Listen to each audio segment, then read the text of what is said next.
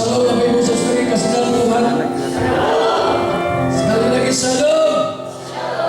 Baik bagi Bapak Ibu Saudari yang ada di sini maupun Bapak Ibu yang berada di rumah-rumah. Shalom. Haleluya, puji nama Tuhan. Kita persiapkan hati kita pada pagi hari ini, saudara. Kita mengucap syukur kepada Tuhan, di mana pada pagi hari ini kita boleh datang kepada Tuhan.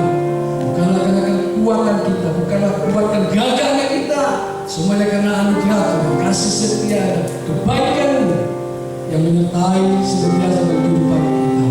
Mari kita bersatu di dalam doa, saudara. Bapa, kami mengucap syukur pada pagi hari ini. Kami percaya Bapa, setiap pribadi lepas pribadi kami boleh ada di tempat ini. Terpujilah Bapa yang luar biasa. Mari kita sembah Tuhan kita.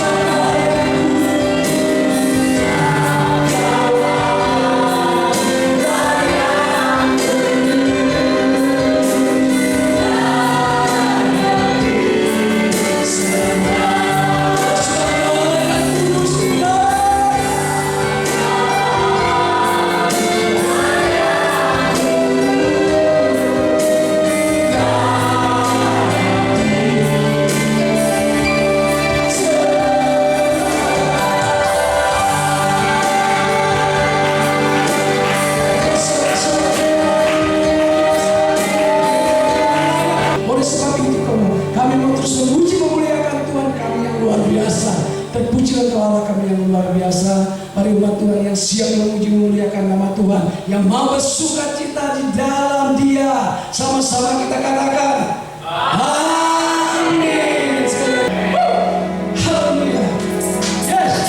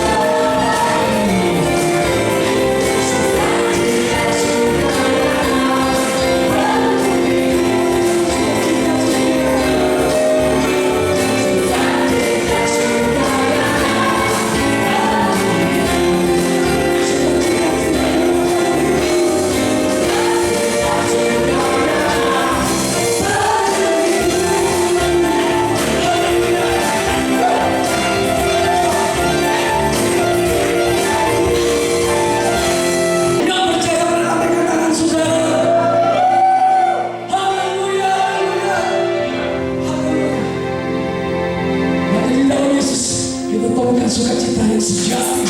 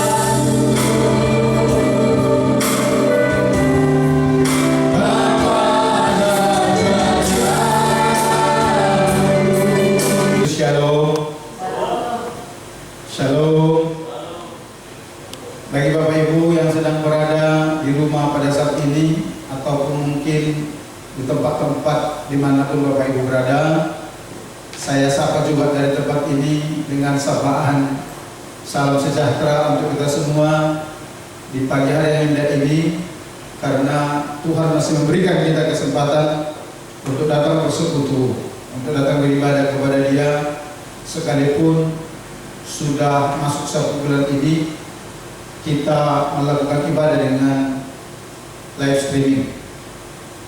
Ada jemaat-jemaat yang hadir di sini tapi tidak terlalu banyak karena memang mereka dikhususkan yang benar-benar tidak bisa mengikuti live streaming di rumah. Bapak Ibu, keadaan hari-hari ini benar-benar sangat tidak menentu, bukan hanya karena virus corona, tetapi terjadi juga resesi global.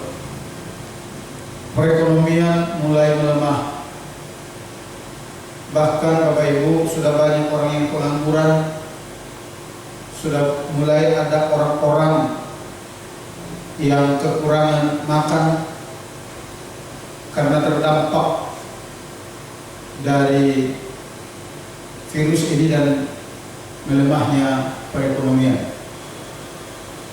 Saudara, tapi yang saya mau katakan seperti ini, saya tidak mau larut membicarakan virus corona terus menerus. Yang saya mau bicarakan, saya membawa kita terus di dalam kebenaran firman Tuhan yang menjadi tema kita di tahun ini, bahwa di tahun ini Tuhan menyuruh kita untuk berbuah-buah. Saya tahu dari sejak awal tahun ketika membicarakan ini tidak semulus yang kita pikirkan untuk berbuah itu, untuk menghasilkan buah. Kenapa Bapak Ibu? Karena pengertian yang Tuhan berikan kepada kita untuk berbuah di tahun ini, saya akan ulang ini terus, bukan seperti yang dimengerti pada umumnya, di mana kita akan ditambahkan berkat-berkat materi. Bukan itu yang menjadi pokok bahasanya. Kalaupun nanti berkat-berkat materi bertambah, itu hanya dampak daripada buah ilahi yang keluar dari kehidupan kita. Tetapi yang terus saya mengingatkan kita bahwa di tahun ini biarlah benih ilahi yang Tuhan sudah taruh di dalam hati kita itu berbuah lebih lebat lagi, lebih maksimal lagi, di mana karakter Kristus akan semakin tampil ke permukaan, akan semakin kelihatan dari kehidupan kita sebagai anak-anak Tuhan. Bagaimana itu bisa terjadi? Oleh 3 hal. Yang pertama, berjalan di dalam iman. Yang kedua, berjalan di dalam ketaatan. Yang ketiga, berjalan di dalam tuntunan Roh Kudus. Dengan 3 hal itu. Dan sampai saat ini kita masih berbicara di poin pertama, berjalan dengan iman. Karena tanpa iman rasanya susah bagi kita untuk melangkah menghasilkan buah seperti yang Tuhan minta kita hasilkan. Jadi sekali lagi, buah yang dimaksud bagi kita di tahun ini bukan sesuatu yang datang kepada kita yang kita terima sehingga apa yang kita miliki berlipat-lipat kali ganda. Bukan itu. Sekalipun nanti itu akan menjadi dampak daripada buah yang keluar dari kehidupan kita. Tapi buah yang dimaksud di mana kita semakin menjadi seperti Yesus Kristus di dalam segala hal, di dalam perkataan, pemikiran, sikap, tingkah laku, perbuatan sehari-hari. Kita akan semakin banyak memperlihatkan kepada dunia cara-cara hidup Kristus yang mau peduli, yang mau memperhatikan, yang bergerak dan berjalan di dalam belas kasihan. Itu buah yang dimaksud tahun ini yang akan keluar dari dalam diri kita, yang akan kita peragakan sehingga setiap orang yang ada di sekeliling kita melihat bahwa Kristus benar-benar ada dalam kehidupan kita. Amin.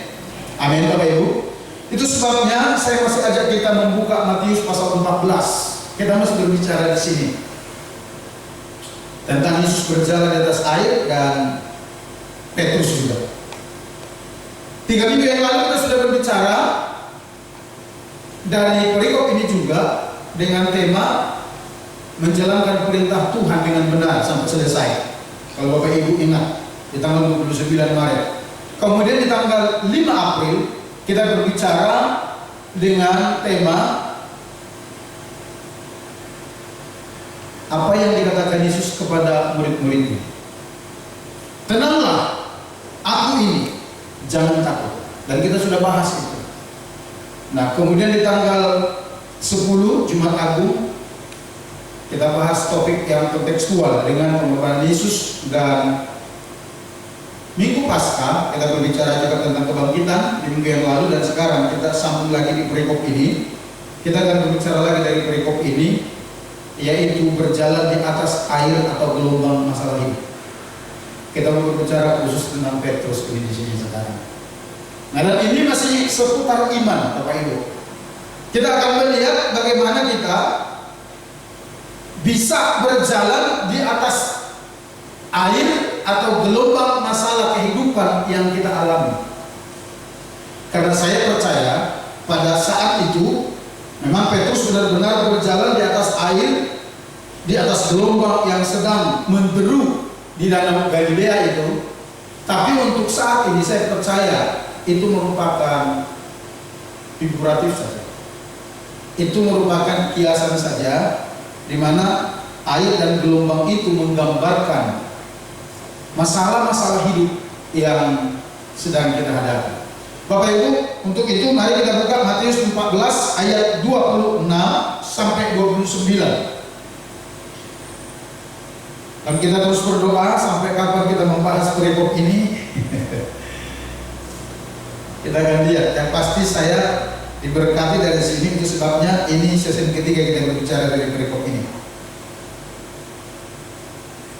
Matius 14 ayat yang ke-26 sampai ayat yang ke-29. 4 ayat saja kita akan baca bersama-sama secara perlahan-lahan. Setelah hitungan ketiga kita akan baca bersama-sama. Matius 14 ayat 26 sampai 29.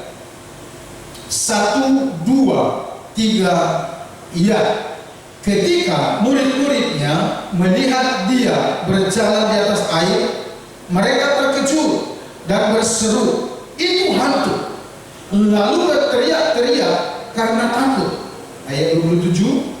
Tetapi segera Yesus berkata kepada mereka, "Tenanglah, aku ini, jangan takut." Ayat 28. Lalu Petrus berseru dan menjawab dia, "Tuhan, apabila Engkau itu, suruhlah aku datang kepadamu berjalan di atas air." Ayat yang ke-29. Kata Yesus, "Datanglah." Maka Petrus turun dari perahu dan berjalan di atas air mendapatkan Yesus. Yang percaya katakan amin. Bapak Ibu, dari beberapa ayat ini kita akan melihat bagaimana kita bisa berjalan di atas air atau gelombang masalah hidup yang sedang kita hadapi, sehingga masalah-masalah tersebut tidak menghalangi kita untuk menghasilkan buah seperti yang Tuhan inginkan di tahun ini. Artinya begini, masalah boleh datang, persoalan boleh ada, situasi boleh tidak kondusif, tetapi itu tidak menjadi penghalang bagi kita untuk melakukan apa yang Tuhan suruh kita lakukan, untuk mengerjakan apa yang Tuhan suruh kita kerjakan di tahun ini, yaitu apa? Berbuah. Kita lihat bagian yang pertama. Bagian yang pertama, Bapak Ibu, bagaimana kita bisa berjalan di atas gelombang masalah hidup yang sedang kita alami. Berseru kepada Yesus. Berseru kepada Yesus. Di saat masalah ada, di saat tantangan datang silih berganti menghadap kita, untuk membuat kita menyimpang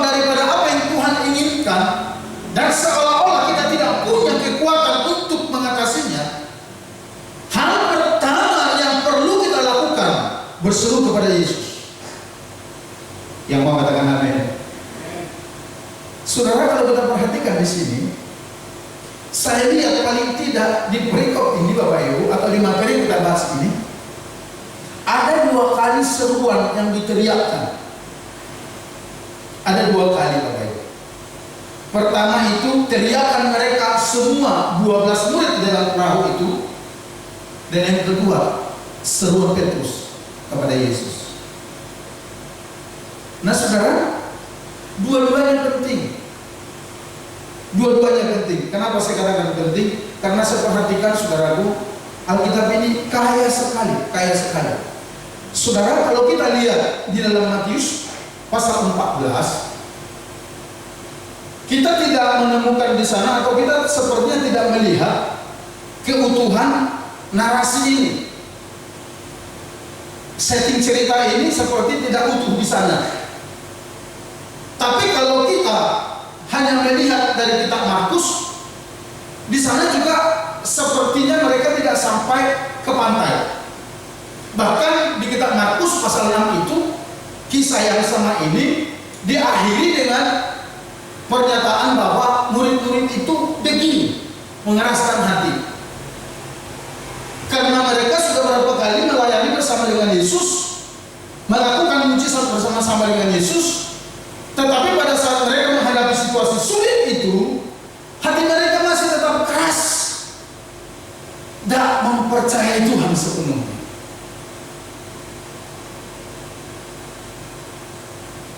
Kalau kita mau melihat ending cerita ini, kitab Yohanes menulisnya keren sekali. Karena dalam kitab Yohanes itu dikatakan, Yohanes pasal 6 itu juga,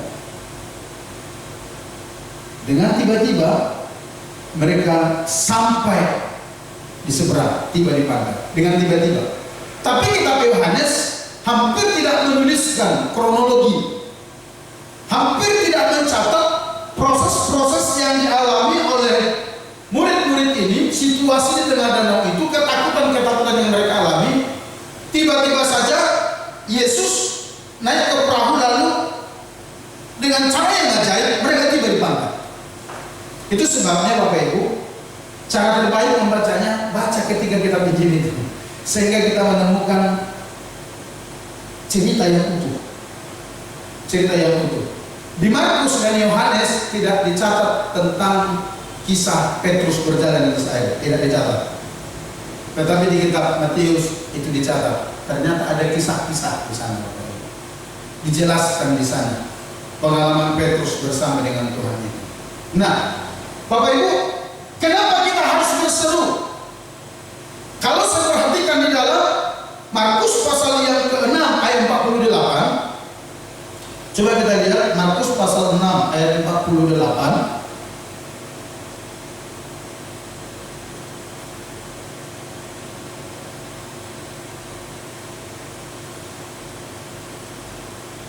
Dikatakan demikian, Markus 6:48, ketika ia, maksudnya Yesus, melihat betapa payahnya mereka mendayung karena angin sakal, maka kira-kira jam 3 malam ia datang kepada mereka berjalan di atas air, dan ia hendak melewati mereka. Dikatakan Yesus datang kira-kira jam 3 malam untuk mendapatkan para murid-murid itu, tapi ada sesuatu yang menggugah hati saya. Dikatakan demikian, Yesus hendak melewati mereka. What happened? Sudah perhatikan, di kitab Matius tidak dicatat ini. Di Yohanes juga tidak dicatat. Tapi Markus mencatat. Jelas dikatakan ketika Yesus melihat betapa payahnya mereka mendayung karena angin sakal itu yang menggerakkan Yesus pergi menemui mereka ke tengah danau itu. Tapi ada sesuatu yang aneh di hati saya. Apa itu? Yesus mau melewati mereka. Coba saudara pikirkan. Coba kita pikirkan itu. Yesus mau melewati para murid yang sedang galau tengah malam itu. Yesus tahu mereka sedang stres.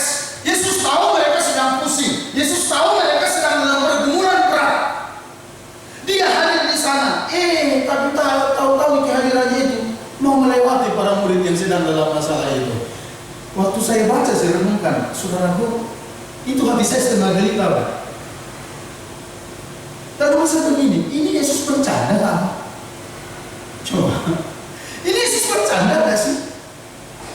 Dia tahu bahkan alasannya jelas, dia menemui para murid itu karena mereka di dalam masalah. Datang ke sana bukan cepat-cepat tolong, tapi sepertinya mau dilewati para murid itu. Ada apa ini? Bapak Ibu,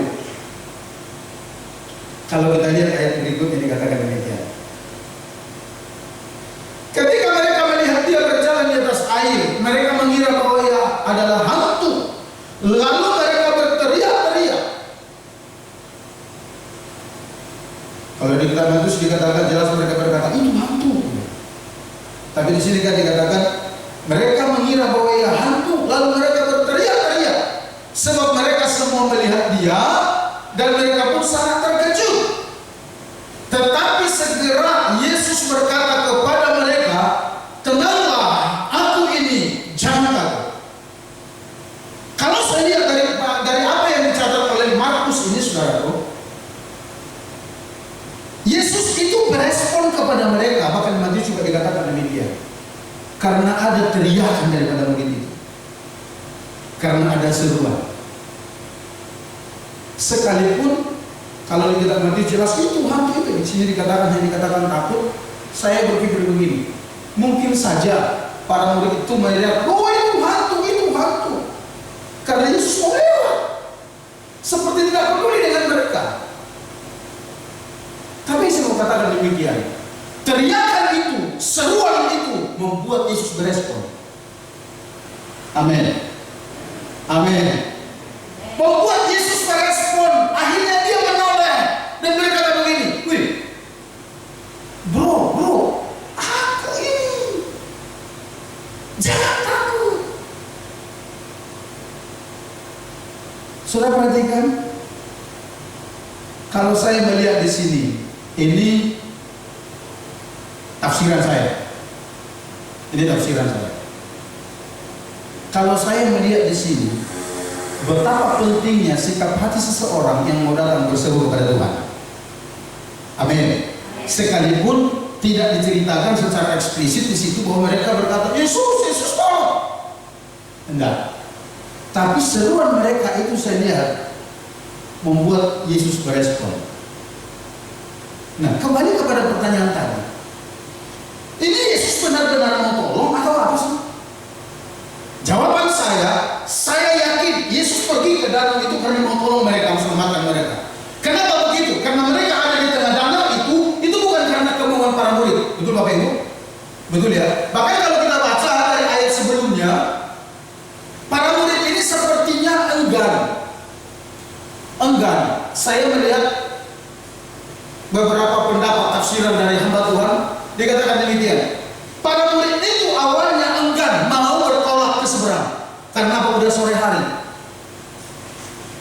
Emangnya kenapa sore hari? Bapak Ibu perhatikan, para murid ini sebagian nelayan yang sehari-harinya dihabiskan di danau itu untuk mencari nafkah. Mereka sangat tahu situasi. Mereka sangat tahu pergantian cuaca. Dari jam sekian sampai jam sekian cuaca tenang, dari jam sekian sampai sekian mulai datang angin. Lihat angin jam sekian sampai jam sekian. Oh itu bisa tiba-tiba angin mengamuk. Saya percaya mereka tahu. Sehingga mungkin pada waktu mereka mau berangkat dari pantai, Yesus harus memberi perintah, bukan himbauan. Kalau perintah jelas penegasannya. Amin. Amin. Itu perintah, dikatakan Yesus memerintahkan mereka. Ini sekali lagi tafsiran saya. Ini ada di pikiran saya. Bisa aja cuma tidak dicatat dalam kitab. Ketika Yesus katakan demikian, kalian berangkat duluan ya. Mungkin Petrus bilang begini, karena dia nelayan handal di sana. Guru, ini udah jam berapa? Saya ini mantan nelayan. Kehidupan saya sehari-hari ada di danau ini. Saya cukup tahu masalah situasi perubahan cuaca di danau ini. Sebentar lagi ini bisa angin mengamuk nih. Bisa aja dia ngomong gitu. Tapi karena ini perintah, sekalipun mungkin agak tidak enak sedikit, mereka berangkat.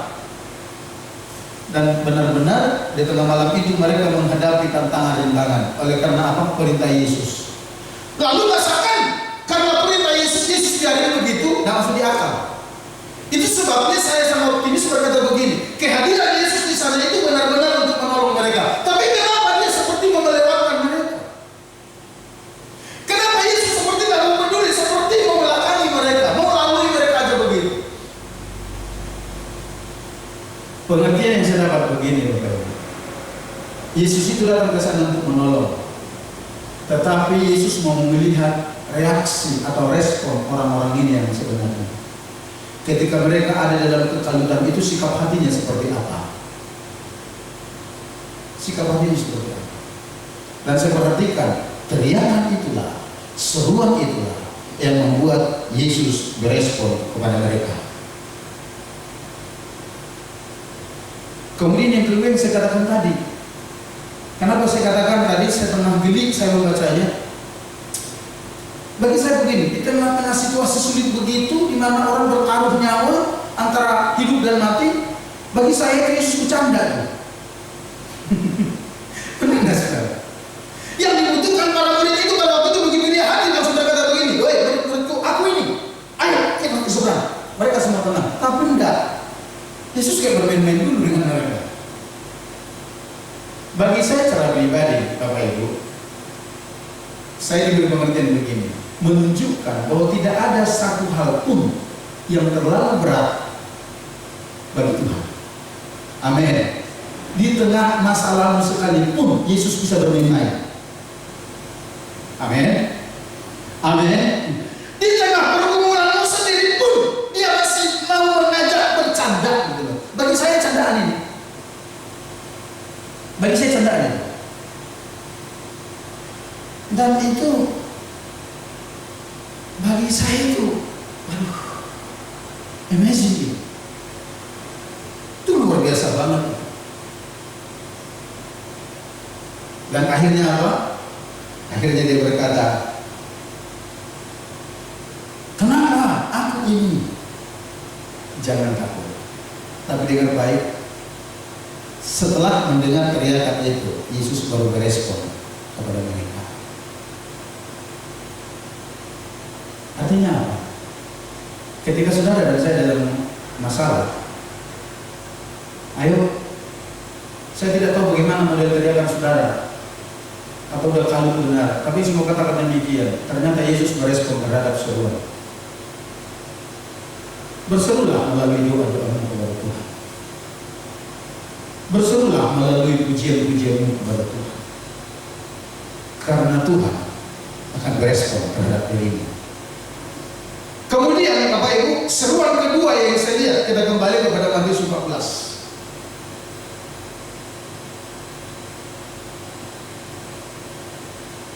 Matius 14 ayat yang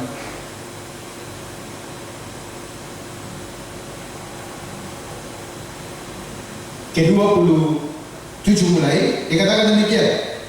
Tetapi segera Yesus berkata kepada mereka, "Tenanglah, aku ini, jangan takut."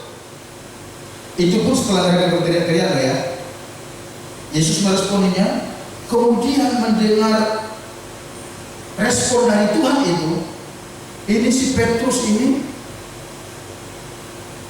langsung berespon secara agresif. Dia langsung berkata demikian ayat 20 ya, ayat yang ke-28. "Tuhan, apabila Engkau itu suruh aku datang kepadamu." Ayat 28 itu berkata, lalu Petrus berseru dan menjawab Yesus, "Tuhan, apabila Engkau itu suruh aku datang kepadamu." Berjalan di atas air saat ini. Coba lihat. Setelah Yesus merespon kepada mereka, itu semakin menguatkan, meneguhkan hati Petrus berseru kepada Tuhan untuk memastikan bahwa yang di depan dia itu, pribadi yang di hadapan dia itu adalah Yesus. Apakah dia sedang ragu? Mungkin juga. Tapi untuk memastikan keyakinannya itu, untuk memastikan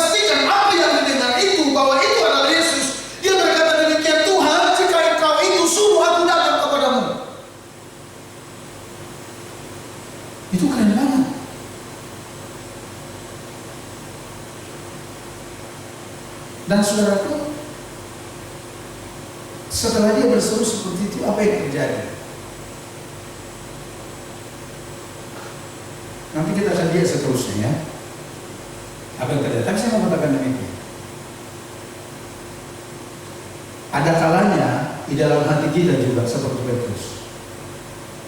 Tuhan sudah hadir, kita sudah tahu, kita sudah merasa,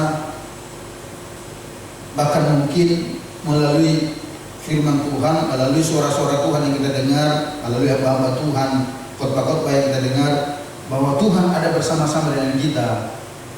Tapi kadang-kadang hati kita perlu dipastikan oleh sesuatu. Seperti Petrus berkata, jika engkau itu suruh aku datang kepadamu.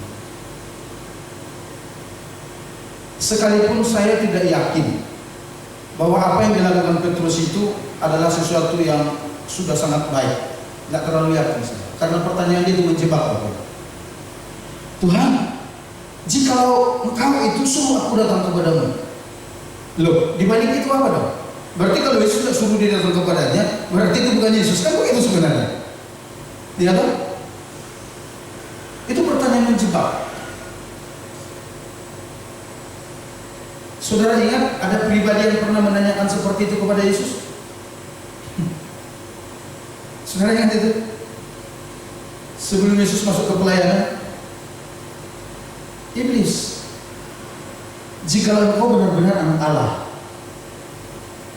coba ubah batu ini menjadi roti. Pernah baca ya? Nadanya sama,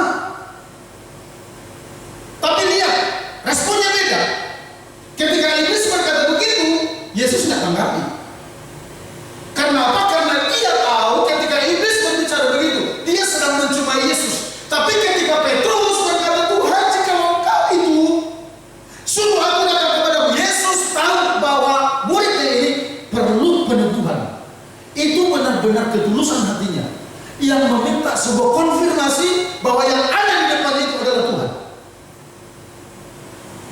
Dan Yesus berespon dengan sangat baik.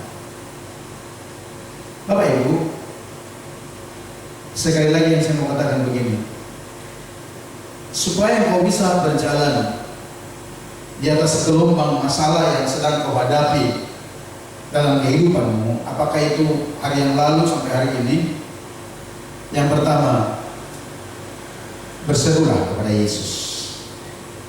Yang mengerti dan mau katakan amin. Berserulah, jangan lalu sibuk dulu kesana kemari, tanya sana tanya sini tanya itu, apalagi sampai tanya dukun, kan? Iya kan? Lebih baik kita berseru dan tanya Tuhan. Amin. Nah yang kedua Bapak Ibu, yang kedua,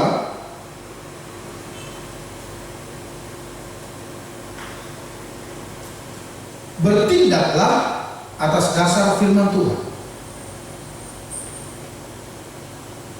Setelah Bapak Ibu berseru, kemudian Tuhan berespon, apa yang akan kita kerjakan, kita lakukan, bertindaklah sesuai dengan itu.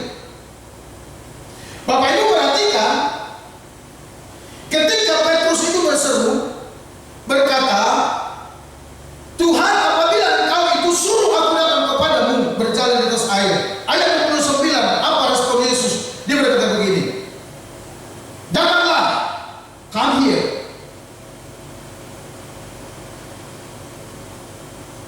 Itu penting.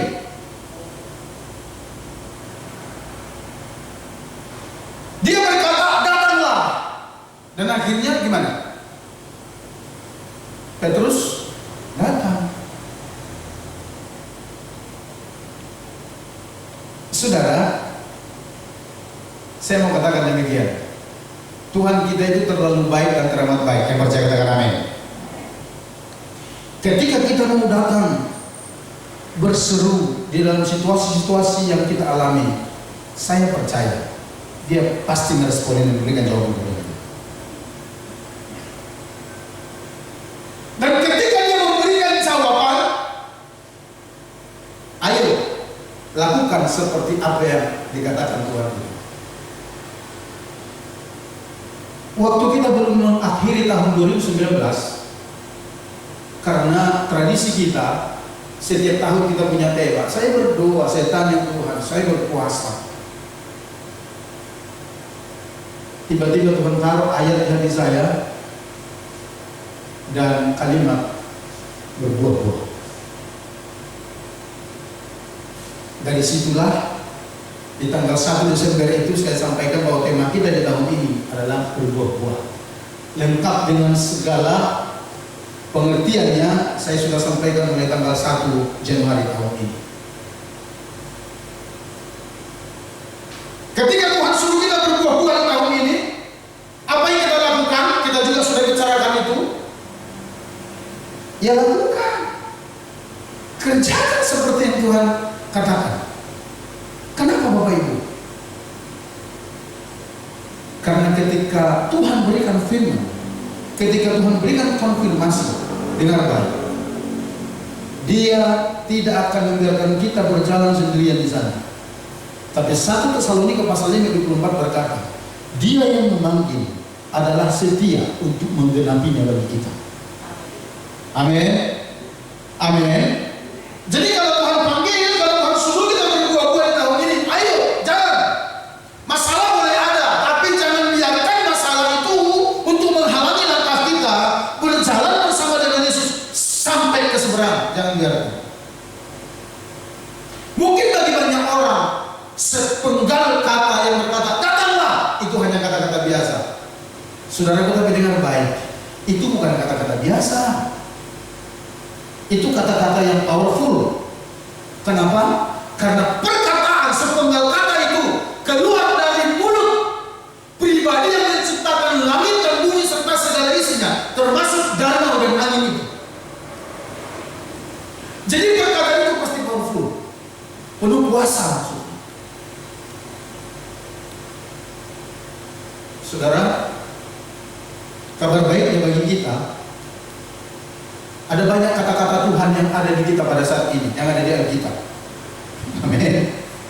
Jadi seharusnya kita tidak kekurangan jawaban dari Tuhan. Karena saya percaya ketika kita berseru, Dia pasti berbicara kepada kita, baik melalui firman-Nya, baik melalui hamba-hamba Tuhan, baik melalui segala sesuatu situasi yang kita alami, Tuhan masih bisa berbicara kepada kita. Karena dalam kitab Ayub itu dikatakan, Tuhan itu berbicara melalui banyak cara kepada kita. Dan ketika saudara terima itu, perkataan Tuhan yang menjadi rema di hati kita, bukan hanya lurus, ayo maju, karena di dalamnya pasti ada kekuatan Tuhan berikan untuk menyertai kita sampai kepada tujuan yang Tuhan suruh kita kerjakan. Amin. Pasti.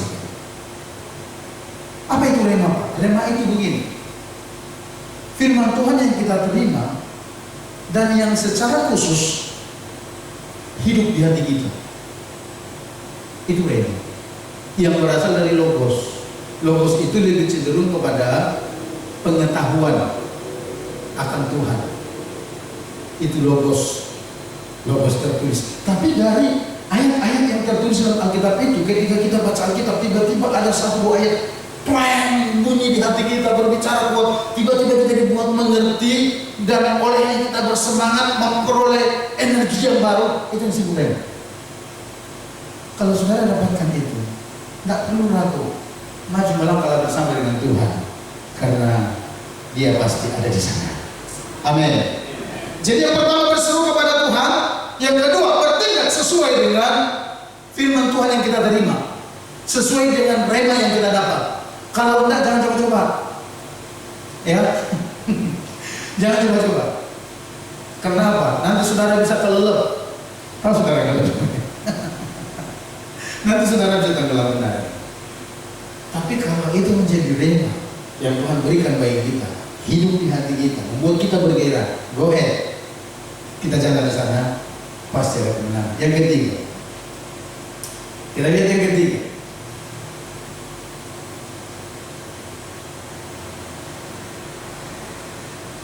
Yang ketiga, ketika saudara berseru kepada Tuhan dan Tuhan memberikan jawaban kepada saudara seperti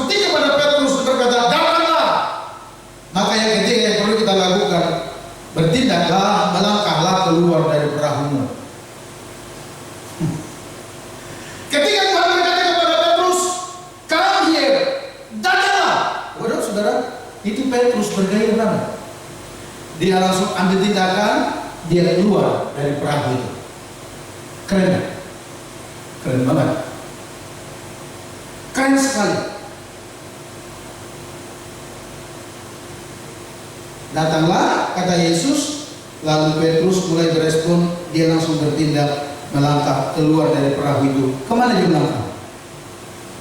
Ke danau. Ke danau. Saudara perlu melangkah keluar dari perahumu kalau engkau dengar perintah dari Tuhan.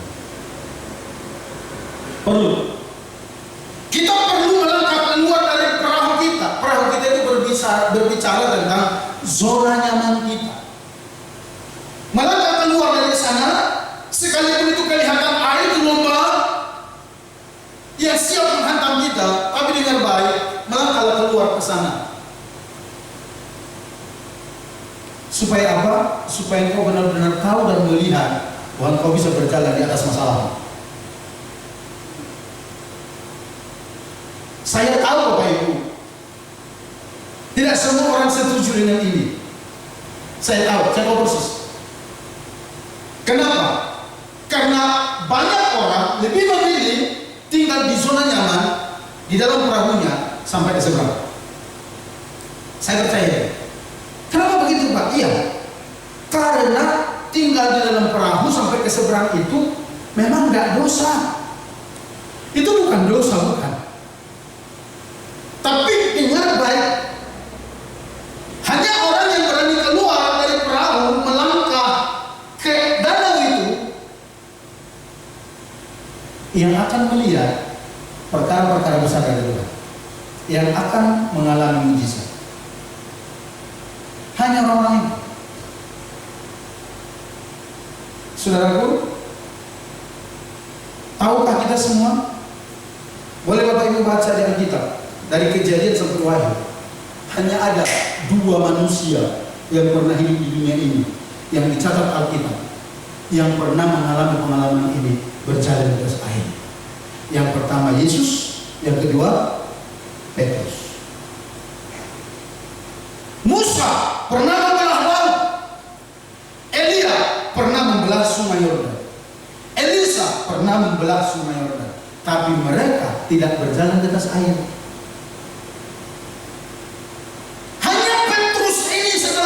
Yang benar-benar punya pengalaman berjalan di atas air. Orang berkata begini, tapi Pak, airnya kan si Petrus itu tenggelam. Dengar baik, sesungguhnya Petrus itu tidak tenggelam selamanya, betul nggak? Betul nggak Bapak Ibu? Betul, dia tenggelam ketika dia sudah dekat kepada Yesus. Tapi dengar baik, sesungguhnya Petrus itu tidak benar-benar tenggelam. Nanti Bapak Ibu baca ayat seterusnya, itu dikatakan demikian.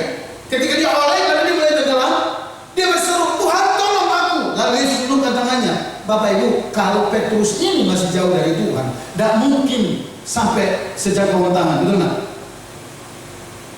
Loh, Alkitab berkata begitu loh. Ketika Petrus berseru, tolong aku, Yesus langsung menundukkan tangannya, menolong dia. Setelah itu apa kita katakan? Apakah ketika mereka berangkat ke perahu bersama-sama? Di ayat seterusnya ya, nanti lihat di Matius itu. Lalu ayat berkata demikian, maka Yesus menggendong Petrus sampai ke perahu gitu. Maka Yesus menaruh Petrus di belakangnya. Pakai apa lagi itu? Tangki. Pakai keranjang, digendong belakang atau ditaruh di pundaknya, lalu mereka naik ke perahu bersama-sama begitu? No. Yang Alkitab berkata akhirnya mereka bersama-sama naik ke perahu. Saya percaya naik mereka ke perahu itu bersama-sama jalan di atas danau itu. Tapi sekarang Petrus digandeng sama Yesus. Amin. Amin. Jadi perhatikan, Petrus ini tidak benar-benar tenggelam. Kadang-kadang orang membicarakan itu berhenti sampai di situ. Karena mereka berkata, Petrus tenggelam. No, Petrus itu tidak tenggelam. Sempat masuk separuh, iya. Tapi akhirnya dia diangkat. Dan ketika kembali ke perahu, mereka jalan bersama-sama berdua di atas air. Waduh, keren banget saudara. Keren sekali pengalaman itu. Tapi kenapa itu bisa terjadi? Karena Petrus mau keluar dari perahunya. Ada 12 murid di dalam perahu itu. Berapa orang yang berjalan di atas air? 1. Itu cuma Petrus. Yang lain supporter. Bapak Ibu, nggak usah para murid, nggak usah mereka lah ya. Kita pun masih waras. Tidak mungkin kita pergi ke Sungai Kapuas yang panjang dan lebar itu. Panjangnya 1143 km. Lalu lebarnya itu diputusi bahwa di Kapuas Sungai ini sekitar 70 sampai 150 meter lebarnya. Di Inggris sana itu ada yang 200 lebih ke atas. Atau kita pergi ke Danau Sentarung di Lanjak, tiba-tiba kita ke sana uji iman, kita berjalan di atas air. Aduh, tidak ada yang begitu. Saya pikir kita itu karena apa? Karena secara natural, secara hukum alam, tidak ada manusia yang bisa berjalan di atas air. Amin. Tidak ada yang bisa. Artinya kalau Petrus bisa mengalami itu benar-benar pengalaman supranatural.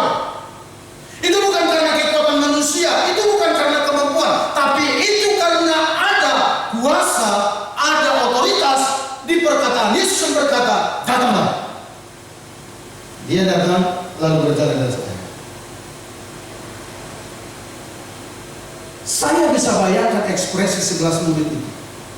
Sebenarnya 11 murid itu bisa mengalami pengalaman yang sama bersama dengan Petrus seandainya mereka berseru kepada Tuhan dan meminta kepada Tuhan. Tapi ternyata itu tidak terjadi. Hanya Petrus yang berani melakukannya dengan ini. Saya bisa bayangkan ketika Petrus mulai melangkah dari perahu, mungkin dia harus berkata demikian, Petrus, kerja itu apa? Kamu kan seorang nelayan. Separuh dari hidupmu kamu habiskan di danau ini. Kamu tahu kan, dengan pemikiran sehatmu, bahwa tidak ada manusia yang bisa berjalan di atas air itu, tidak ada. Ditambah lagi Bartolomeus, Yudas Iskariot, tidak usah tanya lagi. Terus udah gini, jangan, pasti kamu mati, pasti kamu tenggelam. Lihat. Tapi ketika Petrus terus berjalan dan mulai berjalan di atas air, mereka mulai, keren juga. Tapi waktu Petrus mulai kelelep, yang paling duluan kasih komentar siapa itu? Murid di dalam perahu. Kan lihat, kita bilang tadi, kita kan harus sampaikan, so jahat, so beriman, so rohani. Sekarang lihat apa yang terjadi. Bapak Ibu, dengar baik. Orang-orang seperti murid itu banyak di luar sana. Ketika engkau benar-benar mau berjalan bersama dengan Tuhan di atas gelombang masalah. Ketika engkau benar-benar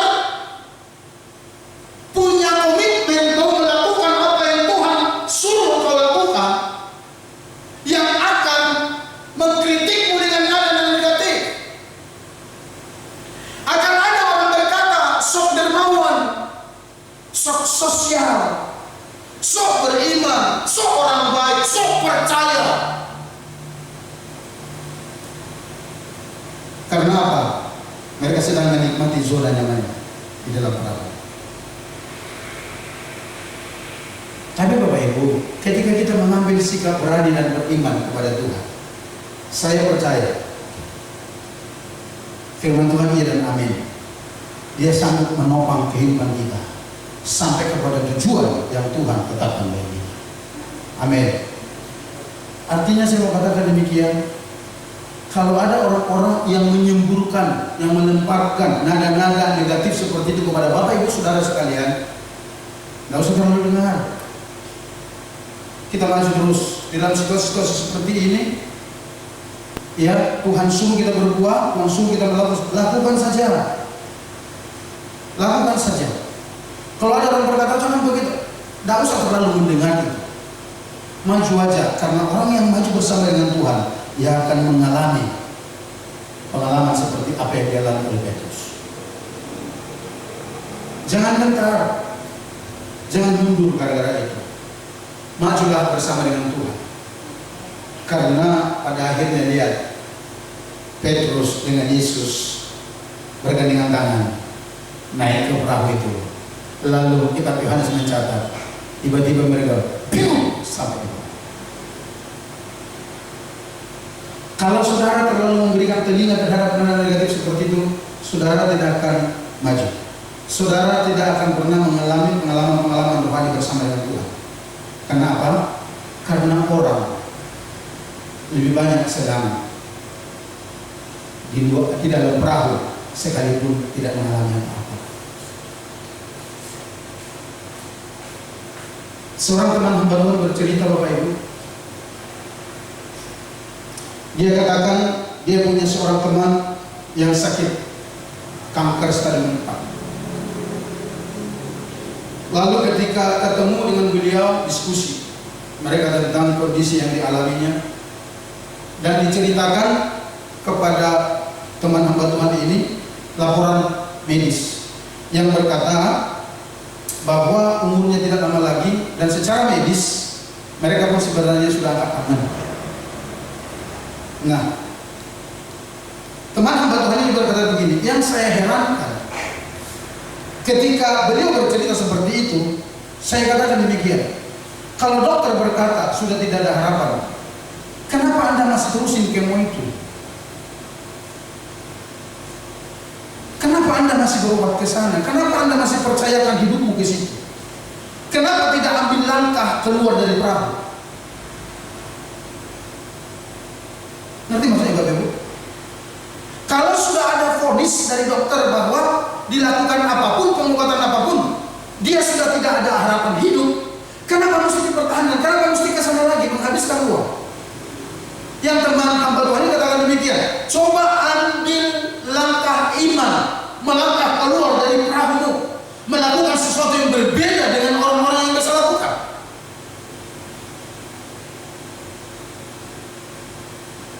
Siapa tahu mujizat turun kepada. Tapi toh kalau engkau pun akhirnya meninggalkan dunia ini, engkau meninggalkan dunia ini bersama dengan Bapa di surga. Tapi temannya itu berkata demikian, oh tidak. Paling tidak di sisa-sisa yang ada ini, saya mau melakukan upaya dan saya kata tak berobat ke sana. Terserah Bapak Ibu. Tidak lama setelah itu benar-benar dia meninggal. Dan teman hamba Tuhan yang berkata begini, saya susah mau cerita, susah mau katakan. Apa yang berpikirannya seperti itu? Dari dokter sudah nyata-nyata memvonis sudah tidak ada harapan hidup, tapi kok dia masih terus aja ke situ? Ada apa ya? Bapak Ibu mau melihat pekerjaan Tuhannya dalam kehidupan kita di saat kita melakukan kehendaknya? Ayo berani melangkah keluar dari dalam perahu. Jangan tinggal di zona nyaman itu. Betul, engkau akan sampai ke seberang, tapi engkau tidak akan pernah mengalami terobosan-terobosan besar. Karena apa? Engkau tidak berani melakukan hal yang berbeda dibanding dengan yang dilakukan oleh orang lain.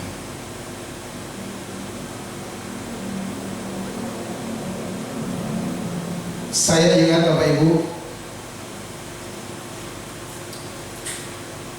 ketika Tuhan suruh saya ke Kalimantan Barat, tentu bertahun-tahun yang lalu, waktu itu saya masih di Jakarta, kita sedang merintis beberapa pos pelayanan di Jakarta, ada yang di Cengkareng, ada di Ciliwung juga waktu itu.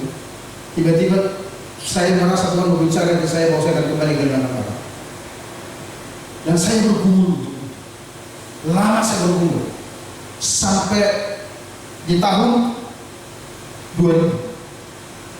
Bulan Maret saya ambil waktu puasa 3 hari 3 malam tanpa makan, tanpa minum di perumahan Modern Land di Rama-Rama, hanya untuk menanya kepastian kepada Tuhan, berseru kepada Tuhan, benar tidak saya ke Kalimantan.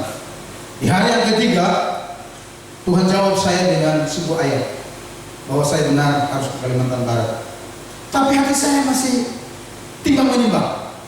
Akhirnya saya minta begini lagi kepada Tuhan, Tuhan kalau memang saya harus ke Kalimantan Barat, saya minta satu hal, tanda dari Tuhan, yaitu gitar. Saya akan bawa ke Kalimantan Barat, dan saya tidak mau gitar second, karena persekutuan kami punya gitar waktu itu. Saya tidak mau itu, saya mau gitar baru 2 bungkus.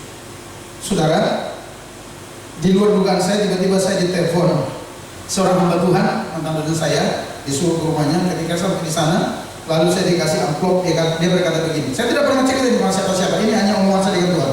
Dia berkata begini, semoga cukup beli gitar untuk kamu bawa pelayanan Kalimantan Barat. Betul, saya keluar dari sana, saya pergi beli gitar. Jadi udah kemas-kemas jadi mau berangkat ke Kalimantan Barat. Tapi saya bingung, ongkos saya dari mana Tuhan? Sudah tahu?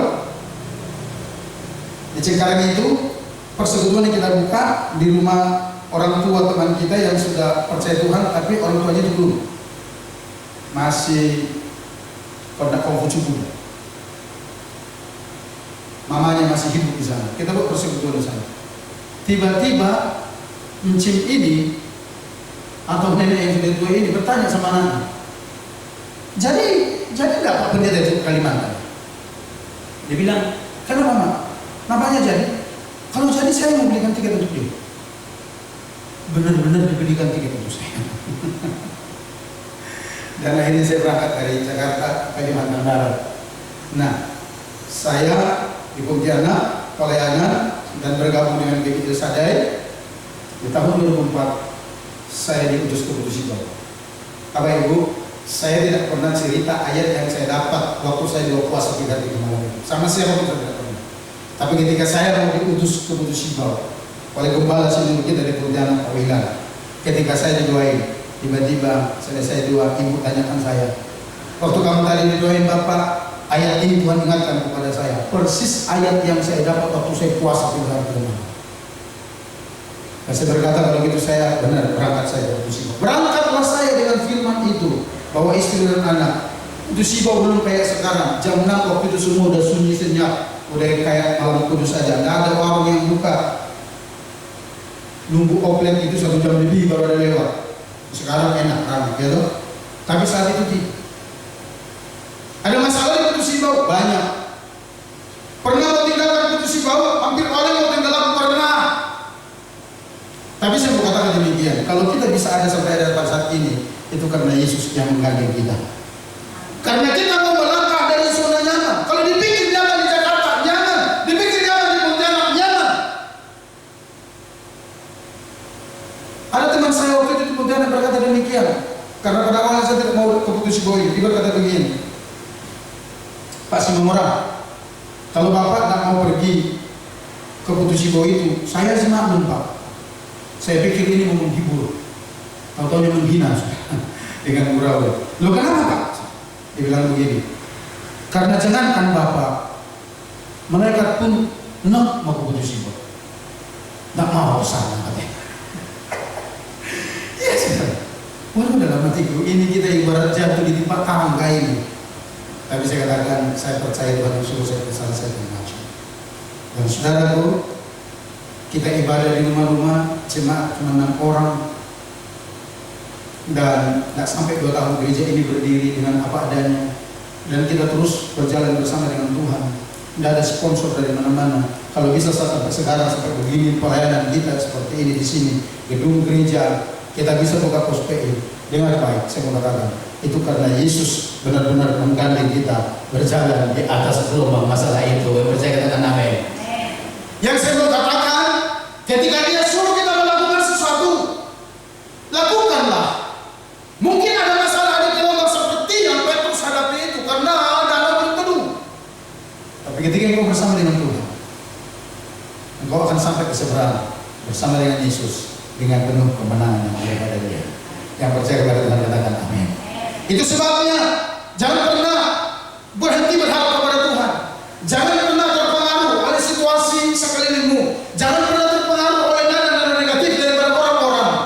Tapi percayalah kepada Tuhan yang memanggilmu, mengutusmu, memerintahkanmu melakukan sesuatu. Maka lihat di sana akan ada kemenangan. Maka lihat di sana akan ada terobosan. Maka lihat engkau akan mengalami perbuatan-perbuatan Tuhan yang besar di sana. Karena apa? Dia Allah yang setia, Allah yang iya dan amin, yang tidak pernah berubah kuasanya dahulu, hari ini, sampai selama-lamanya. Percaya akan kita katakan amin kepada Tuhan. Berikan tepuk tangan bagi Allah kita yang hidup. Mari kita datang kepada Tuhan. Mari kita datang kepada Yesus. Saudara, pujian ini berkata, ketika Dia berfirman,